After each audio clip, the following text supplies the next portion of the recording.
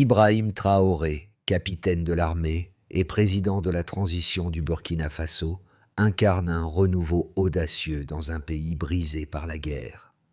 En 2025, là où la terre était dévastée et les routes désertes, un espoir inattendu émerge, celui d'une reconstruction fondée sur la sécurité et la dignité. Mais face à des défis immenses, cette transformation est-elle réalisable? Ibrahim Traoré peut-il vraiment ramener la stabilité et l'unité à un Burkina Faso divisé par des années de violence et de chaos? Cette question résonne à travers chaque village et chaque rue du pays. Quelles solutions sont réellement possibles dans un contexte aussi fragile? La promesse faite par Ibrahim Traoré est claire. Reconstruire le Burkina Faso à partir de ses fondations, en mettant l'accent sur la sécurité, l'autosuffisance alimentaire et la dignité des citoyens.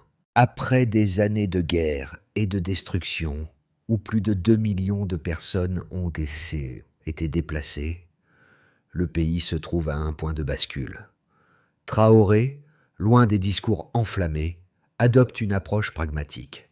Son objectif est simple: rétablir la sécurité, restaurer les services essentiels comme l'eau potable et l'éducation, et revitaliser l'agriculture, secteur clé pour la survie des Burkinabés. Mais la tâche est immense. Le scepticisme international sur la capacité du gouvernement de transition à relever ces défis est palpable. La route vers la paix durable reste semée d'embûches. Si Traoré réussit à stabiliser le pays, il pourrait offrir un modèle inédit de résilience pour les nations fragiles. Mais s'il échoue, les espoirs d'un Burkina Faso reconstruit risquent de se dissiper. La question demeure: la vision de Traoré peut-elle réellement redonner au pays la stabilité et l'espoir qu'il mérite? En 2025, le Burkina Faso se trouve dans un moment charnière de son histoire. Ibrahim Traoré, à la tête de la transition, a pris des mesures décisives pour sortir le pays de l'impasse dans laquelle il a été plongé par plus d'une décennie de violence. Les régions du Sahel, autrefois ravagées par les attaques de groupes armés affiliés à Al-Qaïda et à l'État islamique, commencent lentement à retrouver la paix grâce à une stratégie militaire audacieuse. Traoré a déployé des bataillons dans des zones stratégiques pour repousser les insurgés et sécuriser les routes vitales, permettant ainsi aux populations déplacées de retourner progressivement dans leurs villages. La transformation n'est pas seulement sécuritaire. Le président de la transition a mis en place un programme de réhabilitation agricole ambitieux, visant à restaurer l'autosuffisance alimentaire du pays.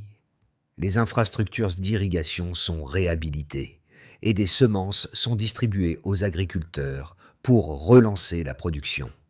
À Barcelogo et Gabou, des villages autrefois déserts voient aujourd'hui un renouveau grâce à ces efforts.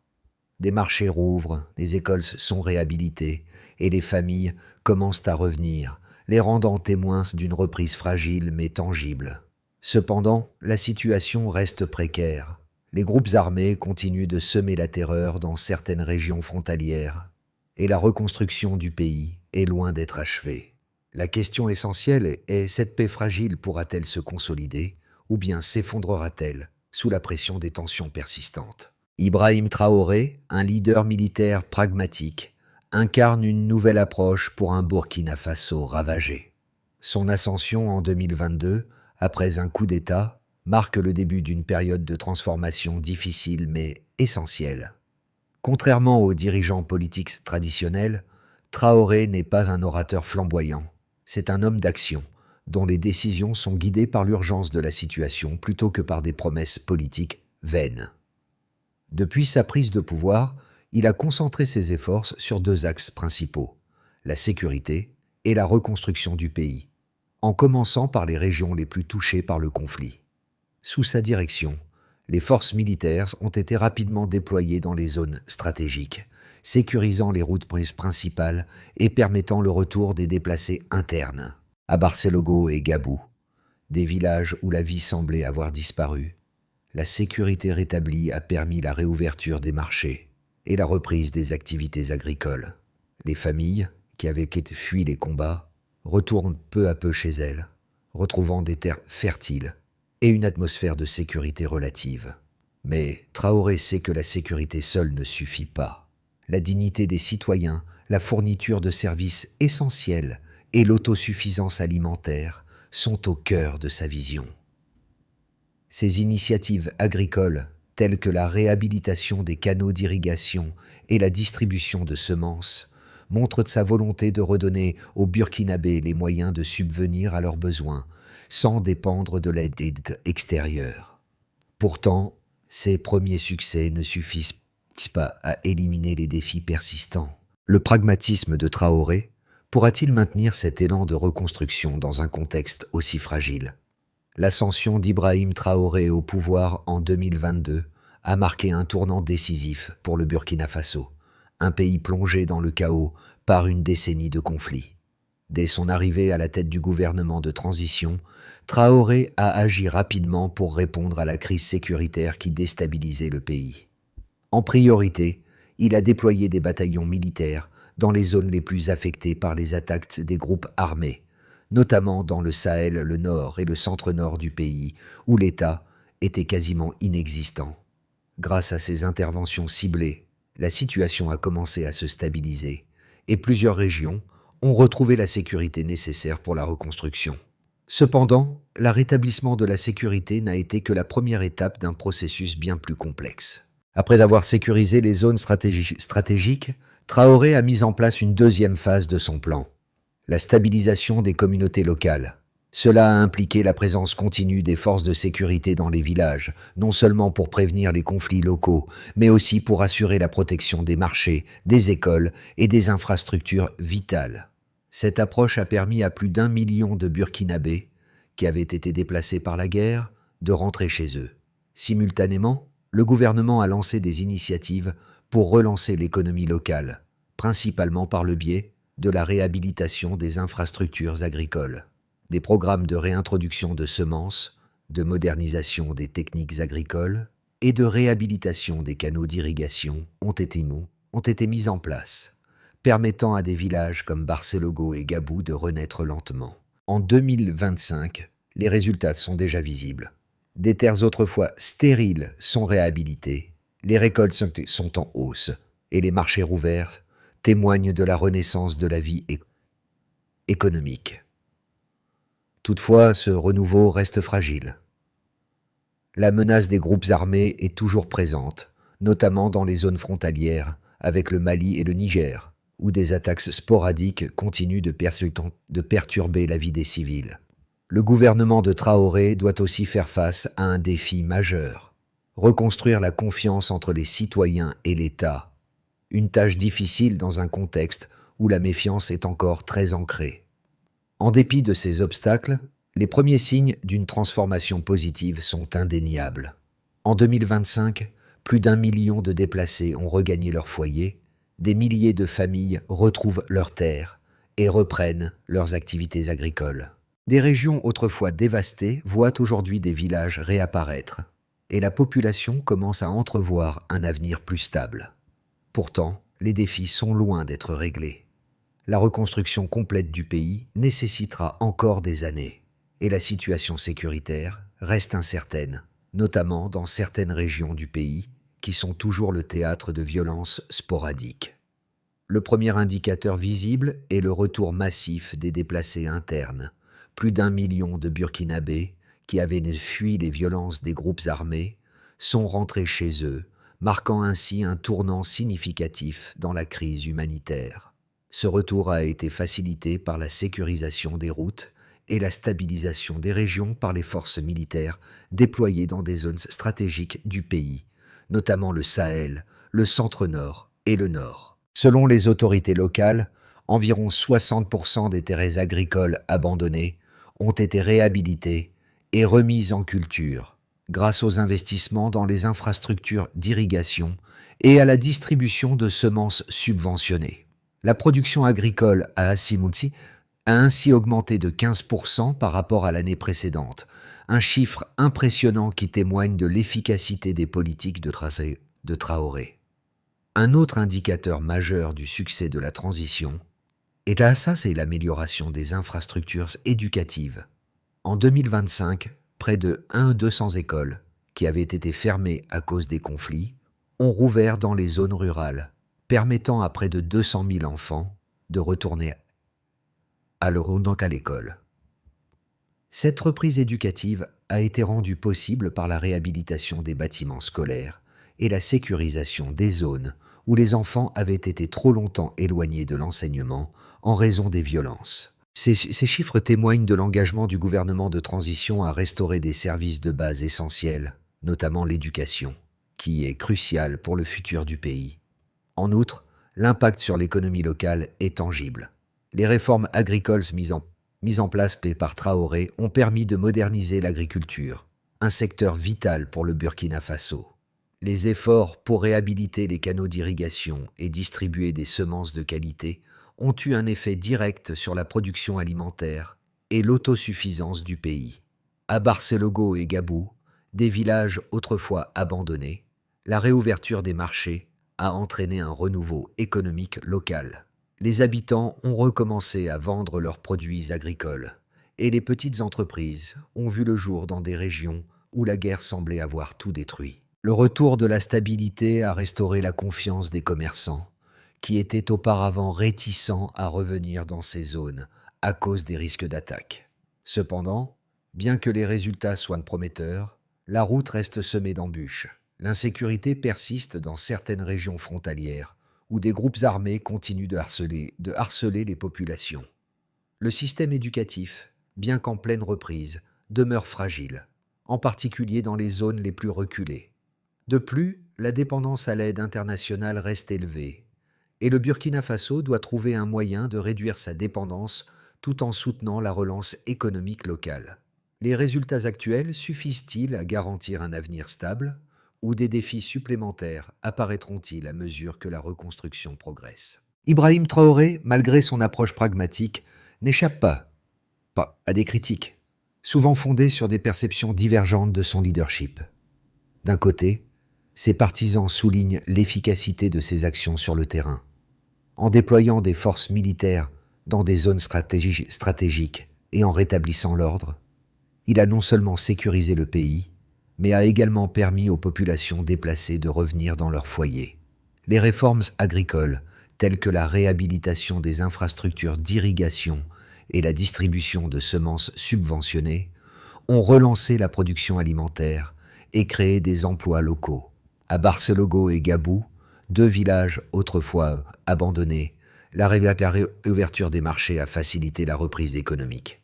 Les Burkinabés, qui fuyaient la guerre, peuvent maintenant subvenir à leurs besoins grâce à des actions concrètes qui améliorent leur quotidien. Dans ces contextes, Traoré est perçu comme un leader capable de mener le pays vers la stabilité, à travers des mesures pragmatiques qui répondent aux besoins immédiats de la population.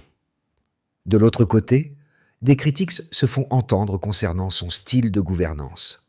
L'aspect autoritaire de sa présidence et la centralisation du pouvoir suscitent des inquiétudes, notamment chez les observateurs internationaux.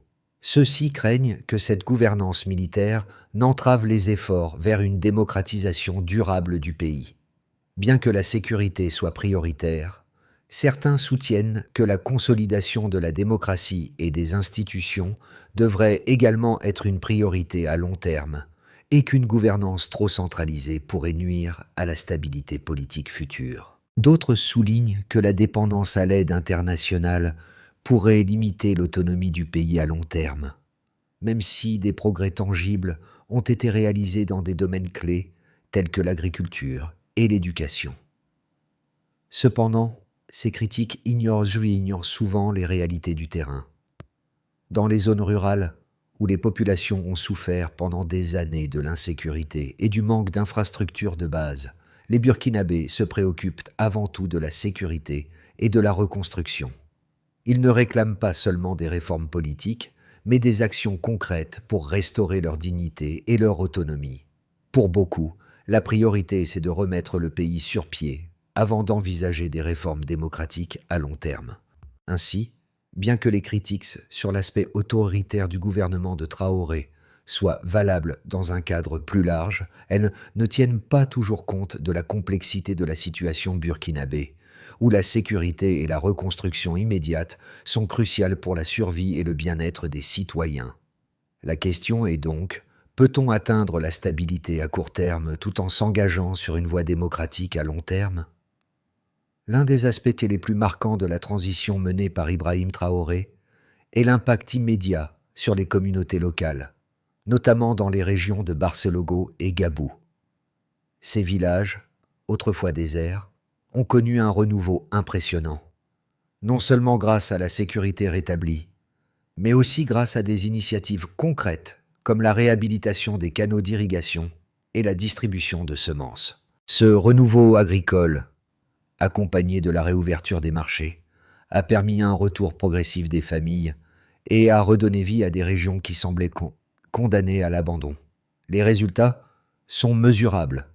Une hausse de 15% de la production agricole en 2025 et plus de 60% des terres abandonnées ont été réhabilitées. Mais au-delà des chiffres, c'est le sentiment d'espoir qui revient peu à peu dans les cœurs des Burkinabés. Alors que la sécurité commence à s'installer, une nouvelle question se pose. Ces progrès visibles suffiront-ils à ancrer une paix durable, ou bien sont-ils simplement une façade fragile, prête à s'effondrer à la moindre perturbation? Le chemin vers la stabilité durable repose-t-il sur des bases assez solides? Les progrès réalisés sous la direction d'Ibrahim Traoré commencent à se traduire par des résultats tangibles dans plusieurs aspects clés de la reconstruction du Burkina Faso. Dans le domaine agricole, les réformes entreprises ont porté leurs fruits. La réhabilitation des infrastructures d'irrigation et la distribution de semences ont permis de restaurer l'autosuffisance alimentaire dans certaines régions. À Barcelogo, une des régions les plus touchées par le conflit, la production agricole a augmenté de 15% par rapport à l'année précédente. Cette hausse est un signe prometteur que le pays pourrait progressivement réduire sa dépendance à l'aide alimentaire extérieure. Des terres autrefois stériles ont été réhabilitées, permettant aux agriculteurs de reprendre leurs activités et aux marchés de rouvrir, ce qui a stimulé l'économie locale. Sur le plan humain, l'impact est tout aussi visible. Plus d'1 million de déplacés internes ont regagné leurs foyers en 2025, marquant un retour symbolique à la normalité après des années de déplacements forcés. La réouverture des écoles a permis à près de 200 000 enfants de reprendre le chemin de l'éducation, rétablissant une certaine stabilité pour les jeunes générations. Ces retours ne sont pas seulement géographiques, mais symbolisent un retour à la vie quotidienne, à l'école, au travail et à l'espoir pour les familles qui avaient tout perdu. La population semble trouver un équilibre fragile entre les espoirs de paix et les réalités de la reconstruction. Cependant, les défis restent considérables. La menace des groupes armés dans les régions frontalières avec le Mali et le Niger demeure une source d'instabilité. Les zones rurales, bien que revitalisées, sont encore vulnérables à des attaques sporadiques, ce qui maintient une pression constante sur la sécurité. De plus, bien que des progrès aient été réalisés, la reconstruction totale des infrastructures reste une tâche colossale. Les routes, l'eau potable et les soins de santé restent insuffisants dans de nombreuses régions. Si ces éléments ne sont pas améliorés rapidement, la reprise économique et la stabilité sociale risquent de s'effondrer. En outre, la gestion des tensions sociales internes demeure un défi. Si le retour des déplacés a permis de créer une certaine unité, les fractures politiques et les critiques sur la gouvernance autoritaire de Traoré pourraient entraver la cohésion nationale à long terme. Il est essentiel que les efforts de reconstruction s'accompagnent d'un processus d'inclusion et de dialogue, afin d'éviter que des divisions internes ne minent les progrès réalisés. Les résultats observés sont-ils suffisants pour garantir une stabilité durable, ou des obstacles imprévus risquent-ils de freiner la reconstruction? Dans les 6 à 12 prochains mois, le Burkina Faso pourrait prendre plusieurs directions, en fonction de l'évolution des conditions sécuritaires et des progrès réalisés dans la reconstruction du pays. 3 scénarios se dessinent. chacun avec ses propres implications pour l'avenir du pays sous la direction d'Ibrahim Traoré. Si les tendances actuelles se poursuivent, le Burkina Faso pourrait connaître une stabilité croissante. Les bataillons militaires continueront à sécuriser les zones sensibles, tandis que les réformes agricoles et les investissements dans l'autosuffisance alimentaire permettront d'accélérer la reprise économique. La production agricole pourrait encore augmenter, contribuant à renforcer l'autosuffisance alimentaire et à réduire la dépendance extérieure. Le retour des déplacés continuerait, avec un soutien renforcé pour les réintégrer dans leur communauté. Dans ce scénario, le pays parviendrait à stabiliser progressivement ses régions clés, tandis que des réformes supplémentaires seraient mises en place pour renforcer les infrastructures de base, telles que l'eau potable, l'éducation et la santé. Cependant, l'instabilité persistante dans les zones frontalières pourrait limiter cette stabilité, surtout si de nouveaux conflits surgissent. Si la situation sécuritaire se stabilise plus rapidement que prévu et que la confiance entre l'État et la population se renforce, le Burkina Faso pourrait devenir un modèle pour la région. L'amélioration continue de la sécurité permettrait un retour encore plus massif des déplacés, ce qui renforcerait l'économie locale. L'expansion des marchés, associée à une hausse de la production alimentaire, pourrait stimuler la croissance dans des secteurs clés tels que l'agriculture et l'industrie. De plus, la coopération internationale augmenterait, avec un soutien accru de la communauté internationale, ce qui favoriserait l'achèvement des projets de reconstruction. Ce scénario verrait aussi une démocratisation progressive du pays, avec la mise en place de structures de gouvernance plus inclusives et transparentes. Si les groupes armés persistent à perturber la sécurité, notamment dans les régions frontalières, la stabilité du pays pourrait être gravement menacée. La situation pourrait rapidement se détériorer si les attaques se multiplient, forçant davantage de Burkinabés à fuir et ralentissant les efforts de reconstruction. Les retours de déplacés seraient alors limités et les initiatives agricoles pourraient être interrompues. Une économie fragile, couplée à des tensions internes croissantes, risquerait de freiner la reprise économique. Si le gouvernement de Traoré ne parvient pas à équilibrer les efforts de reconstruction avec les aspirations démocratiques de la population, la transition pourrait prendre une tournure autoritaire, exacerbant les divisions internes et nuisant à la stabilité à long terme. Ce scénario pourrait également entraîner une diminution de l'aide internationale si les préoccupations liées aux droits humains et à la gouvernance se multiplient. La transition du Burkina Faso sous la direction d'Ibrahim Traoré, bien qu'encore fragile, incarne une lutte pour la résilience. Imaginez un parent qui a vu sa maison, son village et même son pays dévasté par la guerre. Aujourd'hui, grâce aux efforts de Traoré, cet individu pourrait retrouver son foyer, un endroit autrefois déserté, maintenant occupé par sa famille. Il pourrait voir son enfant retourner à l'école, là où il y a peu de temps encore les bâtiments étaient abandonnés et la peur régnait. Ces histoires ne sont pas des récits isolés, mais des témoignages de milliers de familles qui, petit à petit, retrouvent une vie normale, malgré les incertitudes persistantes. Pour la population burkinabé, les petites victoires sont essentielles. Le retour à la vie quotidienne, même dans des villages où la guerre semblait avoir tout détruit, représente un signe de l'espoir retrouvé. Le rétablissement de la sécurité, la réouverture des marchés et le retour à l'agriculture sont des progrès palpables qui touchent chaque individu. En revanche, les défis sont encore là et l'avenir reste incertain. Mais ces victoires quotidiennes prouvent que la reconstruction est possible. Le succès de Traoré ne repose pas uniquement sur des chiffres, mais sur le sentiment de dignité retrouvé par chaque Burkinabé, qu'il soit agriculteur, commerçant ou élève. Le chemin reste long, mais chaque petite victoire fait comprendre que même dans les pires moments, il est possible de reconstruire et de redonner espoir. C'est une histoire qui nous touche tous, car elle rappelle que la résilience et l'espoir peuvent se frayer un chemin même dans les ténèbres les plus profondes. Et vous, comment vous sentez-vous face à ce renouveau? Croyez-vous que ces petits pas vers la stabilité pourront vraiment se transformer en un avenir durable? Pour qu'une reconstruction durable soit possible au Burkina Faso, plusieurs étapes clés doivent être franchies sous la direction d'Ibrahim Traoré. Le chemin vers une stabilité véritable repose sur des actions concrètes et mesurables qui touchent à la fois la sécurité, l'économie et la gouvernance. Voici les étapes essentielles du processus de transformation à venir. Il est essentiel de maintenir la sécurité dans le pays. Il est crucial que les forces militaires et les unités de police restent déployées dans les zones frontalières et les régions les plus vulnérables. La présence constante des forces de l'ordre doit non seulement empêcher la reprise des violences, mais aussi permettre aux populations de se réinstaller en toute sécurité.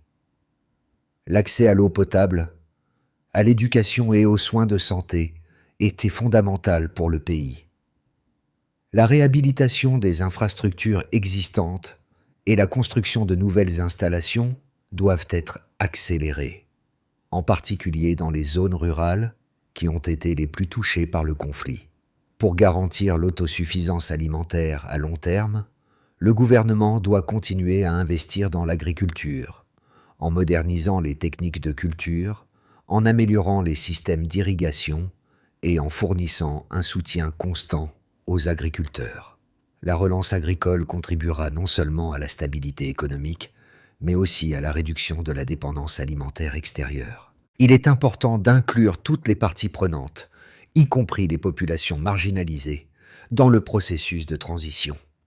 Des efforts de réconciliation nationale doivent être mis en place pour apaiser les tensions internes et construire une cohésion sociale durable. La consolidation démocratique à long terme est un élément essentiel du processus de transition. Traoré devra travailler à la mise en place de mécanismes de gouvernance transparentes et participatifs pour gagner la confiance du peuple et des partenaires internationaux. Chacune de ces étapes nécessite un engagement ferme et une coordination entre les autorités, les communautés locales et la communauté internationale. Si elles sont menées à bien, elles poseront les bases d'un Burkina Faso plus stable et prospère. À mi-parcours de la transition, le Burkina Faso commence à voir les premiers signes de renouveau. Cependant, le chemin reste semé d'embûches, et chaque petite victoire ne fait que souligner l'immense défi qui reste à relever. Les villages comme Barcelogo et Gabou, autrefois déserts, connaissent aujourd'hui un retour timide à la vie. Les écoles rouvertes et les marchés de nouveau animés témoignent de l'espoir retrouvé. Mais au-delà des chiffres, ce qui marque véritablement, c'est le regard des Burkinabés qui retournent chez eux, après avoir été arrachés à leurs terres par la violence. Leurs histoires, souvent simples mais puissantes, révèlent la résilience de tout un peuple. Ibrahim Traoré, avec son approche pragmatique, offre aux Burkinabés non seulement une chance de reconstruire, mais aussi une opportunité de redécouvrir leur dignité et leur humanité. En plaçant la sécurité, la dignité et l'autosuffisance alimentaire au cœur de sa vision, il commence à poser les bases d'un avenir meilleur. Les défis sont encore nombreux, mais chaque jour, la terre se régénère, l'espoir renaît et la possibilité d'un Burkina Faso pacifié et prospère semble se dessiner lentement. Le véritable défi, cependant, réside dans la manière dont cette reconstruction pourra se maintenir et se renforcer dans les années à venir. Chaque progrès, chaque village qui renaît et chaque famille qui retrouve son foyer témoignent de l'espoir grandissant. Ce processus de transformation concerne non seulement le pays, mais aussi chaque citoyen burkinabé qui regagne sa dignité et son avenir.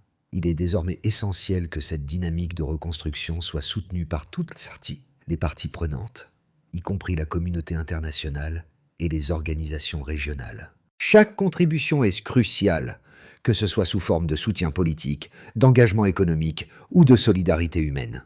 Et vous, quel rôle souhaitez-vous jouer dans ce processus de transformation? Comment pouvez-vous, à votre échelle, contribuer à ce chemin vers un Burkina Faso stable et prospère.